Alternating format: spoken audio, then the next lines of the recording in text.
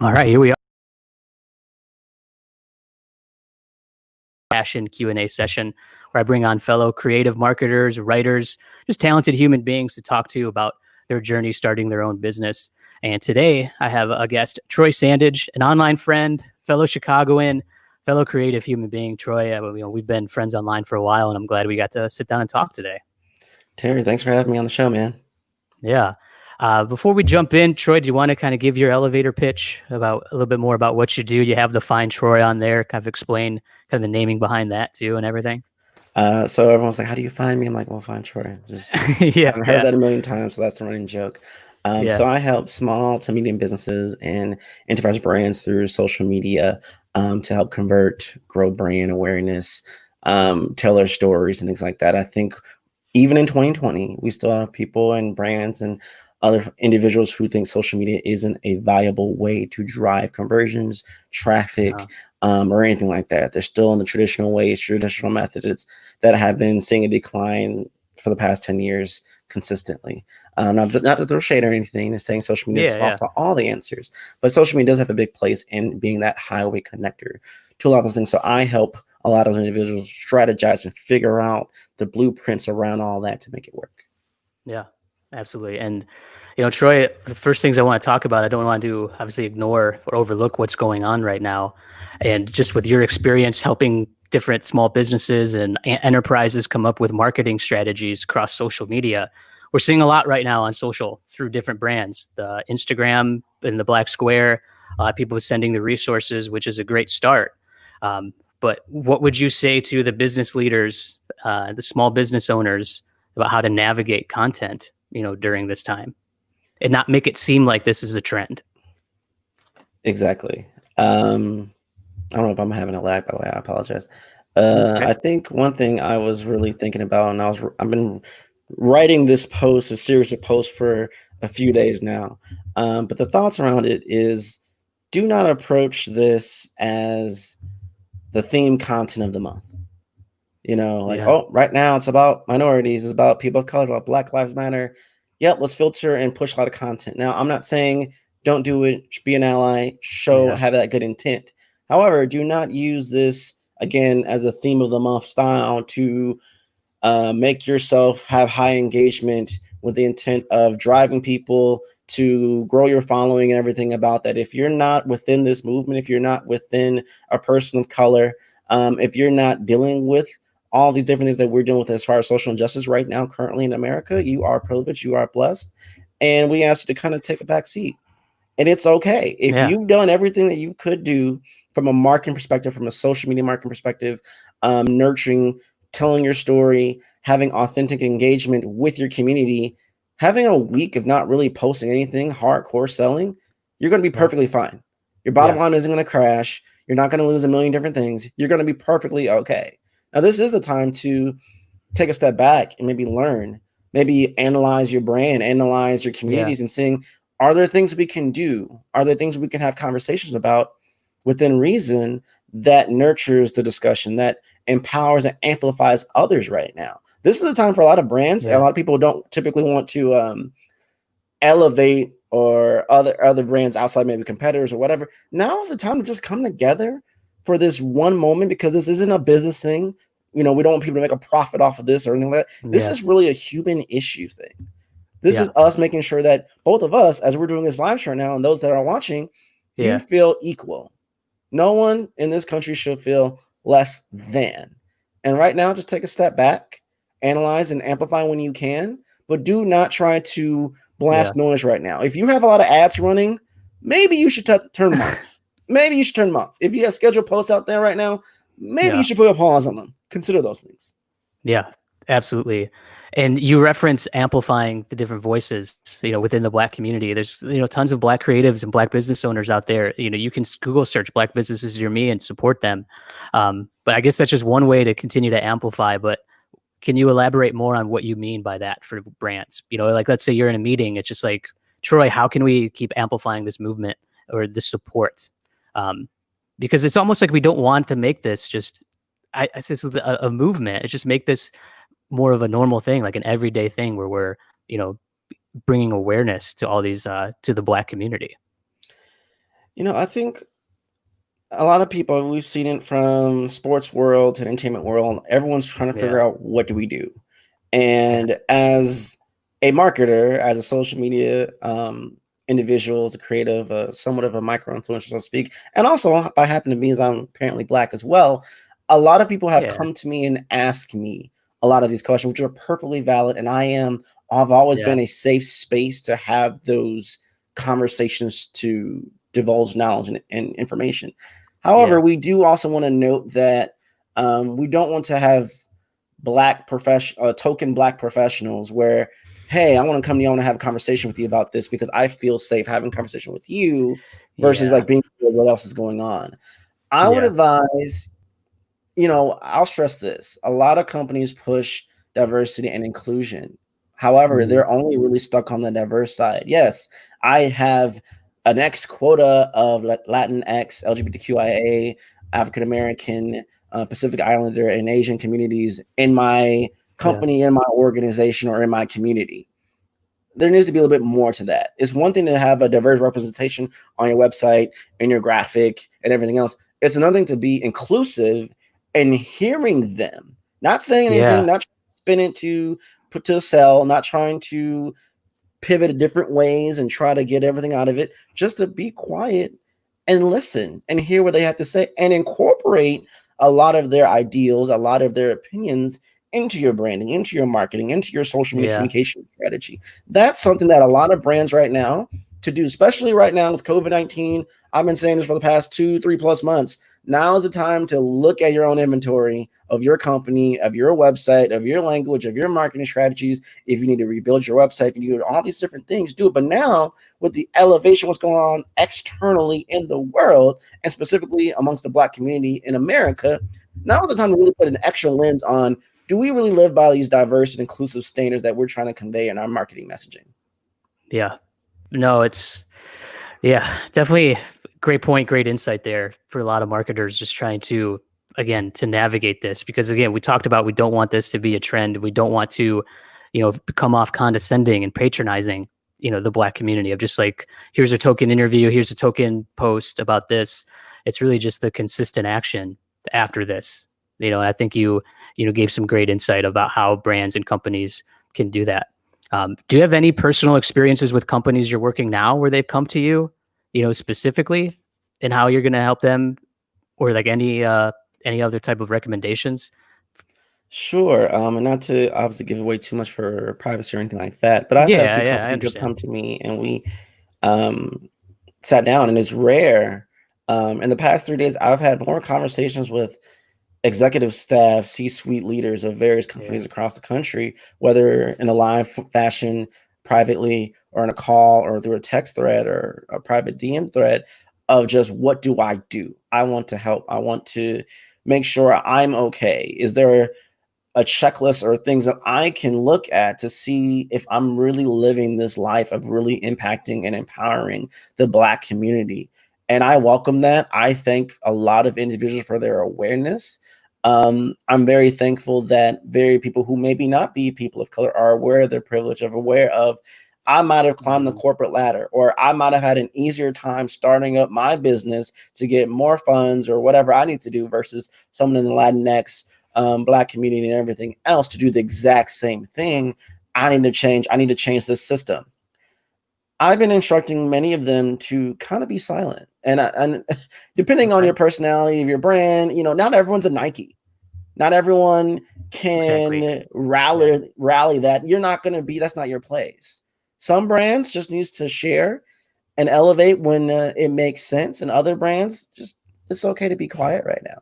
It's okay yeah, to pivot from the norm conversations and indulge in deeper conversations about things that we normally don't talk about. And the easier it becomes for us to talk about these things honestly, with no ill intent, with no malpractice or alternative motives, the better it'll be for us as brands, for you as companies to connect, mm, to elevate and grow. And if you sow those seeds now, you will eventually, and then so, become even more successful and a better overall company for it.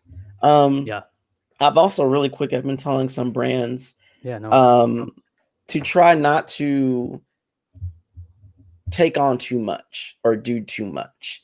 It's better sometimes Yeah. to just say less than try to interview people like me, a lot of Black professionals, like 500 times, get all the stuff, highlight all the stuff they're saying, and then just, okay, we're going to write these posts, we're going to do all these things. Let's Yeah. not do that either. I'm not condoning that as well. Yeah. No, it's you bring up a good point. Small businesses may see what Nike's doing or what Ben and Jerry's did, with their with their message that got a lot of traction. So these people have been building followings and have this huge community around them, and it may seem like a good idea as a small business, but if you haven't really posted like this before, it may come off more disingenuous if you kind of try to really just make it too flashy. If that Right. makes sense. Yeah. Totally. Yeah. All right, Troy. Well, I want to get into, of course, kind of your journey, where you came from is starting in your marketing career. When I do these, I talk to some freelancers, some other small business owners. What was that journey like? What was some of your first couple projects that kind of sparked you that, hey, I can do this and I'm going to turn this into, my own thing and be my own boss. So what's your origin story, if you can kind of break it down as, as much as you can? My origin story. Oh, cue the superhero complexity complex Yeah, now. exactly. Let's do it. So I originally, again, I'm originally from Northwest Indiana. Okay. Yeah. And so obviously now, for those who don't know, you're pretty much in Chicago your whole life. You don't know anything about Indiana politics or sports teams. You've been a diehard Bulls, Bears, you name it, You're fan Chicagoan. forever. Yeah. Been living up in the Chicago area for since 2014 now, once I Okay. left college and really got into the biz. To be frank, I originally went to school for engineering. There was just something about electrical. I loved it. I loved the complexity. I loved the process and the conversations. And it was at that moment about my junior year, some things have occurred, and it was almost forcing me to move in a different direction towards communications. Again, and that was at the time social media wasn't as today. Like everyone now wants to be a social influencer. Yeah, I can make money off Twitter. That wasn't the case back then. Things were just getting off the ground, and people were just now associating social with the possibility of social selling and business and marketing, all that stuff with it. And so in that realm, I was able to tie in and graduate digital media and communications degree. My first job out of college was to be a marketing manager for a global contract manufacturer.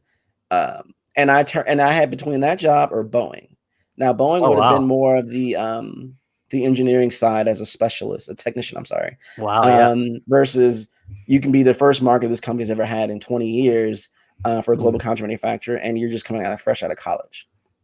Boeing, Fortune So 500 you plus really had company the fork in the road moment. Like, versus where a do I company I've go? never heard of. I have nothing about. Yeah. I just switched gears in my second half of my senior year, still graduating on time.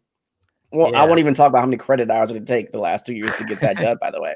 And now I'm in this crossroad that most people my age, if we're looking at namesake and brand and all this other Yeah. stuff incorporated and just like ego, you're thinking Boeing, no hesitation. Totally. Yeah. And I realized in that moment, even though I had the analytical skills, even though I felt if I'm a person of will that if I can do something, I know I can do, I'm going to do it. I think I'm leaning more towards marketing. I was still a new gun in it. And it was an opportunity to be in a role. Once I took it, I didn't know the blessing was going to be in it, where I was going to be in an incubator, where I could learn all the different things about marketing. I traveled the world, Hong Kong, various places in China, to get other perspectives of how they market, how they communicate, how they tell stories, all while technically leading a marketing department of one and as an army of one for a global contract manufacturer of about 1,100 plus employees worldwide.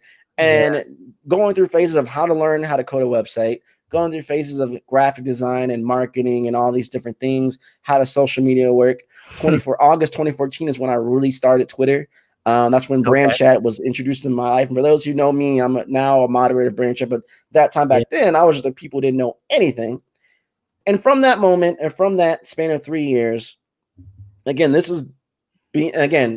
I've had a great college education, but one thing I Yeah. want to make very clear is that college education and that diploma is like the key to get in the door. Doesn't mean Yes. you're going to be able to climb up the different letters, climb up Yeah. different stories or anything like that. You're going to have to learn this thing.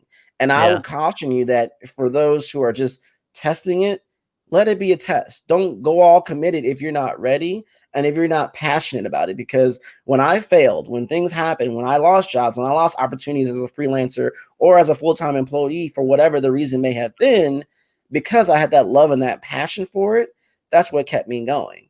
And so from there and beyond, I look back on my resume and things that I've done and national brands I've had the pure, honest blessing to work with and work for. It's Yeah. freaking crazy. But that's all tied into doing what I love to do and always Yeah. being aware that I'm a student of the game. That I don't care how high you go. I don't care if you have all the blue checks in the world. I don't care if you made $1 million in your own profit in the last year or whatever. There's still room for growth and there's still things that you need to learn, because it's like those individuals who, when Facebook changes their algorithm, they have all the things set and then it just flops everything. Like, I don't know what to do. Well, if you weren't building and being aware of trends, understanding of knowledge and communicating with experts and doing all these other things, you were going to fail. Versus in our neck of the woods, Yeah. you need to stay on top of it as much as you can. Yeah. No, great, great point. It's like you almost went through your own MBA going into this. Really, jumping in as the marketing team of one, going into it. Did you know right away, or was there any regrets? I should have gone to Boeing, or were you just knowing like I'm gonna figure this out? I'm really enjoying, loving what I do. There was a few times where I saw marketing positions open at Boeing, and I was like, Oh, I should hit them up, see if yeah, anything changes. Or especially around that United Airlines incident. And because, oh, for those who yeah, know, they're based in Chicago. I'm like, hey, I could totally do this social media and do a way better job of that, whatever. But I digress. No, yeah, I think the only thing, and even I look back at it, and some of those who have changed your majors and have shifted gears, even after you got your degree, you'll understand, is yeah, that sure, I could have started communications from the jump.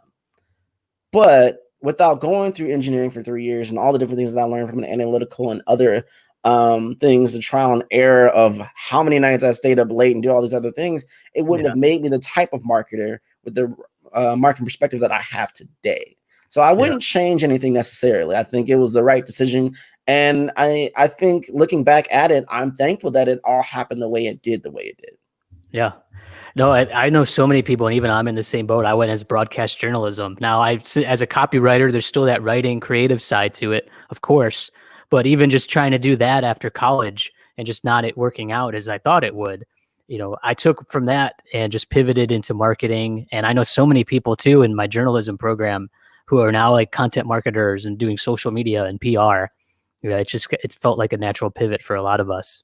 But yeah, it's just like I liked how you said the college degree is kind of your foot in the door and that can help you. It's just that ticket, and then it's really just up to you. You can kind of pivot and decide what to do next. right? Now, I know along your experience, and I know that you promote your DART marketing methodology, DART. So tell me a little bit more about that, because the times that we've corresponded through Branch Chat, I've never really dove into what that looks like for you or what's behind that. Yeah. So for those who know me personally or have been a part of following my brand for a long time, I love acronyms. I'm pretty sure I have a gift that I can turn any word into some type of acronym, given it enough time if it doesn't have a Z word in it, because then they just limits yourself. But my DART marketing methodology, it just centered Yeah. around just principles of being direct, being authentic, being resourceful, and leveraging quality techniques and tactics, all that. And I feel Okay. and it's really around just using your environment, what you have, the skill sets that you have, being open and honest about what you can do or what you can learn to do in the confines of time that you have available, and then Mhm. recognizing, okay, these are the things that I can't do. Can I pay for someone else to do these things right now, or do I need to work on other stuff until I get enough capital, enough revenue, enough things in savings to then double down and have someone else do that? So really centering around your capabilities and your goals. And once we establish that framework, we work our way around that with the dark marketing methodology. Okay. Awesome. Thank you for sharing that. Yeah, I was always curious of what that looked like, and thank you for sharing. I also want to talk about maybe this leads into, I was like asking this question, what's one of the projects that you're most proud of? Like what comes to mind first? And whether like the lessons learned from that, maybe it's one that even didn't go right and you learned from it to take to another one. But what comes to mind with one of your favorite projects that you worked on or clients? I'm split. I'm gonna say two. One was All right. I had a really quick. I had the opportunity to pull off the impossible, which seems like that's me on a regular basis. Not to toot my own horn, but those in marketing, you understand. You understand Totally. the struggle. But I digress. Whereas they were trying to get a very high octane individual, very powerful individual to endorse and share what they had going on. And they were able to do it once, but they really wanted another push, and it'd be great if they could do it again. And what I recognized was that they were looking at the wrong person to make that happen. For many who don't know, or people who still don't realize, that a lot of these top execs, top individuals have other people who manage their social accounts, who do their Okay. writings for them. They may have their approval process and occasionally do their own copy or their own engagement, but there's the people who manage that accordingly. So me being aware of that, connecting with those individuals, empowering them and helping them when I could, when the time came for that ask. Again, this wasn't like a malice intent. It was more like a connection where, hey, I'm here. I'm going to ask because we've developed this relationship. And sure enough, they did that without any hesitation, made it happen with that person's name, and we were able to do something really big.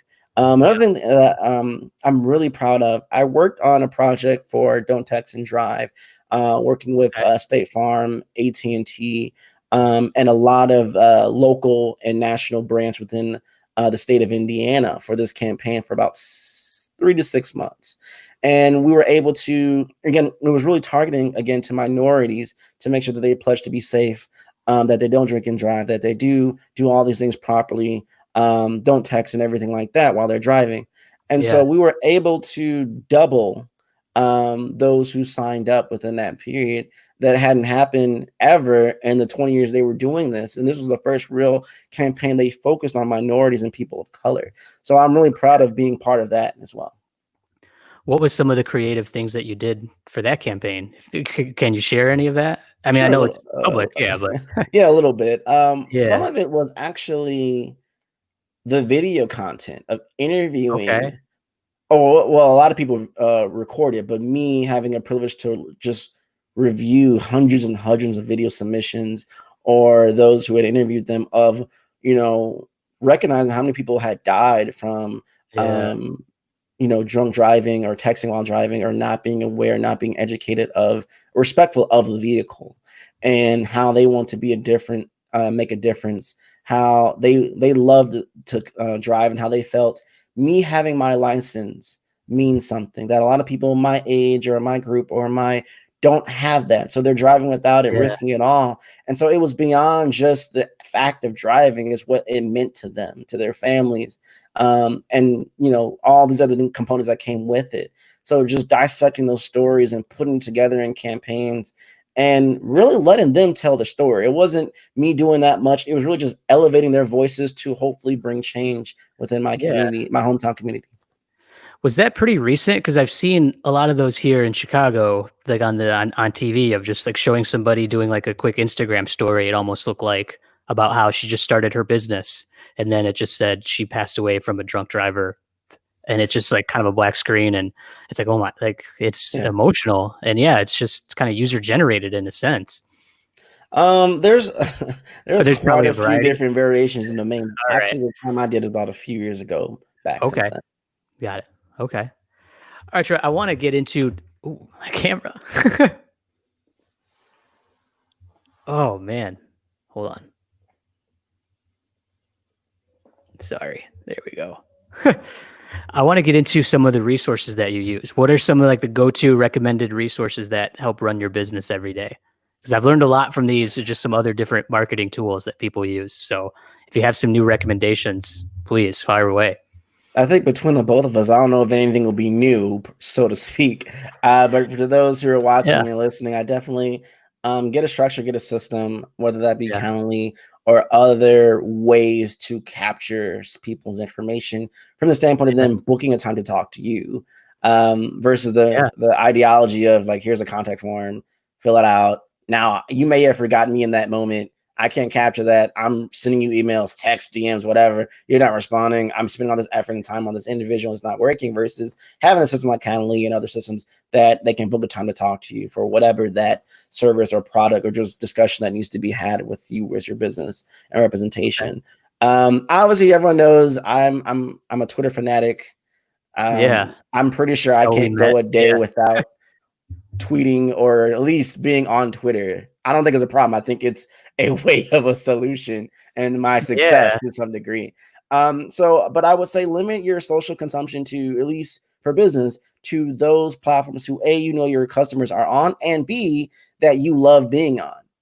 If you yeah, feel like, yeah, my target demographic is women from 35 to 55, and I know that Pinterest is a top platform for that. However, I don't even engage on Pinterest or do anything with Pinterest. Then don't do yeah, Pinterest. Do Facebook, do Instagram, do other channels that you know you successfully can communicate with effectively, and then find ways through hashtags and conversations to do that. Um, Outside yeah. of that, I mean, now is the time to invest in yourself. So whether that Mm. be get a simple DSLR and an eCam to connect to your laptop, get some better audio. I apologize that there's a slight lag with my high professional cameras and technology right now.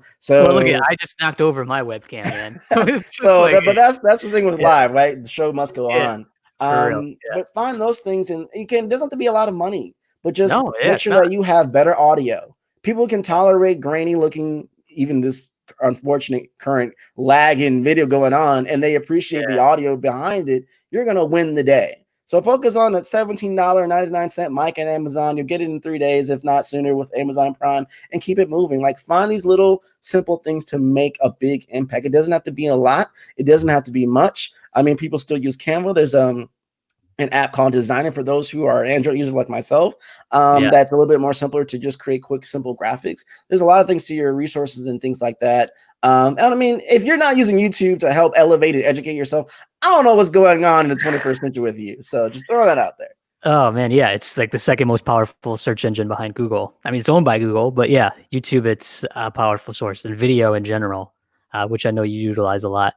Um, you talked about the social media channels, picking a few, and this leads to a question, and it kind of goes back to obviously the current, climate and the elevation of the racial injustice going on. But what do you think the future of social media now is going to look like for brands?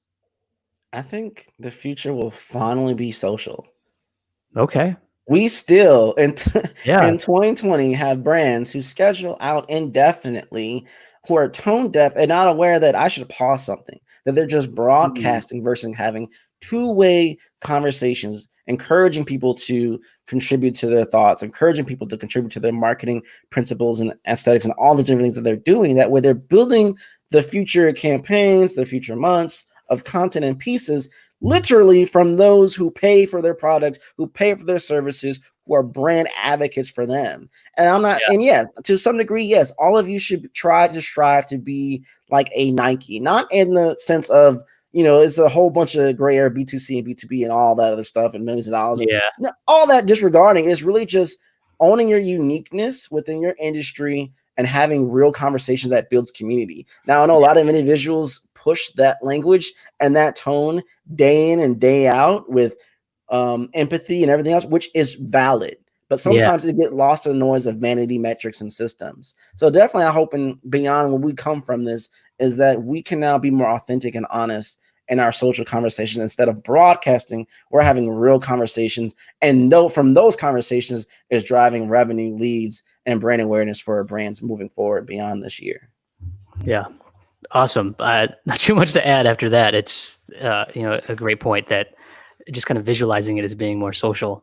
I think it seems like that could be definitely the avenue we're about to take, for sure, considering everything's going on. Uh, Right. yes, thanks for sharing that. Last two-part question. I do this on every interview, Troy. I don't know if you've seen it, but I start with: are you more burritos or pizza? Pizza. Pizza. I asked that, Troy, because if you had to build, I figured you would say that, being a more Chicago guy for sure. But I asked that because if you had to build a success pizza, what are your three key ingredients? Now, success isn't just business, just to be whatever type of line of work you're in. But what are those characteristics, those three key ingredients for a success pizza? Ooh, that's fire. Um, I'm gonna say nimbleness. I'm Okay. gonna say patience, and I'm gonna say drive. With Okay. drive, you can either plan to learn or do anything that you need to do, or drive and push other individuals to support you. With nimbleness, no matter what happens, you'll have the resoundness and the flexibility to just adjust, be like water, and just go with the flow. And with patience Yeah. is 100% necessary because you will not be the top dog overnight. And on top of that, even if you get to that place, you will not just be there forever. So you need patience and all the capacities to make it work. Yeah. Awesome. Awesome. Great answer for your three key ingredients to a success pizza. Thank you, Troy. And that's all we got. That's the Q&A, the Proceed with Passion Q&A session. Troy, again, thank you so much for your time today and sharing everything and answering some questions. Yeah, I appreciate you. And before I let you go, do you want to let everybody know where they can find you? Talk maybe about brand chat, anything else you want to pub. Floor is yours. So Branchon has taken a pause considering everything going on, even before the recent weeks or two. Okay. But you can find that typically Wednesdays, 10 a.m. Central Time, 11 a.m. Eastern Time. Obviously, you can find me anywhere at Find Troy, literally anywhere. You put Find Troy as one word in the Google search, in YouTube, and I will come up, I swear. So it will not be hard to find me. If you're Yeah. trying to find anything as far as strategies for your company or yourself, feel free to reach out to my Calendly. And I'm a pretty open book person. So if you want me to be on the line, if you want to have good conversations, if you want me to tell you how great Terry is, just reach out and I'll be all about it. Yeah, man, I definitely can advocate this.